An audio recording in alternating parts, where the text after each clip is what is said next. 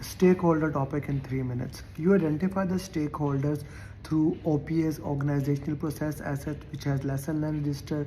You identify them using enterprise environmental factor, political, economical, social, technical, legal, environmental, all internal and external. You ask the expert judgment, your sponsors, you review business case, business benefit management plan, project charter. All these documents are reviewed. Now you have thousands of stakeholders. You put them into your stakeholder register. It's an important thing. You identify as many stakeholders as possible in this stage. Once you have all the stakeholder, the next thing is to categorize them. Who are the important stakeholders, who are not important. First we do the categorization as upward, downward, internal, external and sidewards.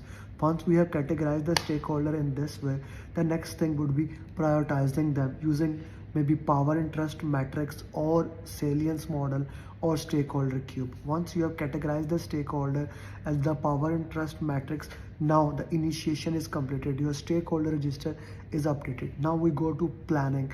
Here we make stakeholder engagement plan. Stakeholder engagement plan has the strategies required to engage the stakeholder. The strategies that are required to engage the stakeholders. We take important stakeholders with high power, high interest and put them into stakeholder engagement matrix. Stakeholder engagement matrix is a tool, put it in the stakeholder engagement plan, which check the current engagement level of the stakeholder and your desired engagement level of the stakeholder. It has unaware, resistant, neutral, supportive, leading, at which level currently the stakeholder is and what do you desire. You make the stakeholder engagement plan having all the strategy. Then once the sponsor approve that plan, you start implementing that plan in the execution phase. And through the monitoring and control, you keep on checking if the current engagement level and the desire is change. You raise a change request to update your stakeholder engagement plan. Please note that in order to update the stakeholder engagement plan, you need a change request. But in order to update the stakeholder register, like a stakeholder is identified at any stage of the project, you will directly put him into the stakeholder register. There is no need to update, there is no need for any change request.